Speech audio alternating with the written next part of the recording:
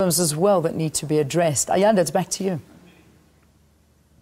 Thank you so much, Leanne. Yes, indeed, we continue with this broadcast from the Northern Cape. Just a little bit of information. It is the largest of the 9 provinces in terms of land mass, but the smallest in terms of population, contributing a little over 2.2% in the national GDP. So a lot of work still needs to be done when it comes to this particular province and ways of dealing with poverty, ways of dealing with unemployment. Also, just key issues here in the Northern Cape that we'll be unpacking for you during our election debate just after 7 o'clock. But right now, you touched on something very important. Yes, the solar energy.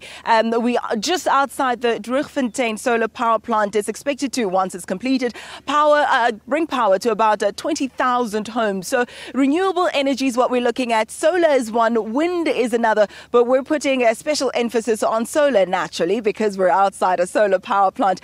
With me is now the general manager of Droogfontein solar power plant, is Mark Pickering. Mark, a very good morning to you. Thank you so much for joining us. Morning, and morning to all the viewers. Let's talk about renewable energy now as a whole. How viable an alternative is it, or perhaps even solution to the energy crisis we're facing in South Africa? Well, renewables is attracting all the investment at the moment.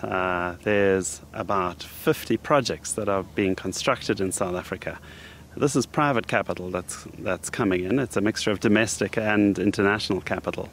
And capital generally goes where things are viable. So it's viable. It's viable because government has put out a program to procure this kind of energy. And it's a competitive bid process. So over time, through 3 rounds of bids, we've seen the tariffs come down and down and down. And that makes it more and more viable. It's good for the consumer, it's good for the country, it's investment, and it's clean, green, renewable power. So less carbon emissions, less water consumption. Basically, it's a win-win-win outcome. And this place where it's situated at the moment, Northern Cape, a very, very huge land, very spacious indeed, arid mostly, but very vast. Why did you decide to have this particular plant in the Northern Cape? Well, the Northern Cape is one of the global hotspots for solar investment at the moment. And the reason for that is a couple of things. One is plenty of space. Solar farms need quite a large amount of space. And the other, of course, is the sun. We have more sunlight falling per square meter here than just about anywhere else in the world. I think only the deserts in Chile have more sun than the Northern Cape. So it's a fabulous place to be investing in solar. Yeah, I think Andile, our weather lady, can give credit to that as well. Uppington, sometimes in the 40s or 45 degrees range. But let's talk a little bit now about how much power, electricity will actually be generated by the plant right behind you. Well, this plant is about 50 megawatts.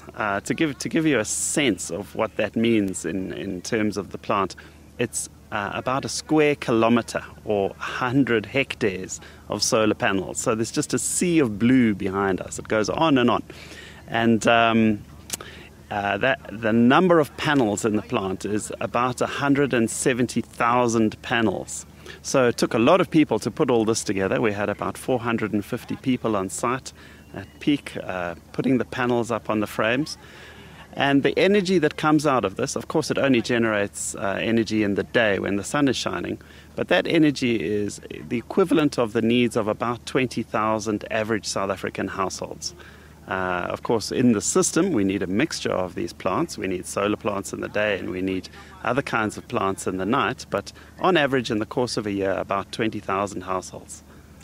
We'll have to leave it there. Thanks so much for that very informative chat that we just had. Thank you again for joining us. You just heard from the expert that Northern Cape is the hot spot for solar energy, and definitely many developments coming from that front in this particular part of the world. So we'll continue to keep a close watch on that as well. Also, the jobs that were created as a result of the solar plant, we do understand some of them permanent, some of them not so permanent. We need to talk about that as well just after 7 o'clock when we have our elections debate. Jobs, a key issue in the polls. Well, right now we go straight back to the studio. Leanne is standing by. She'll have the news for you in just a moment.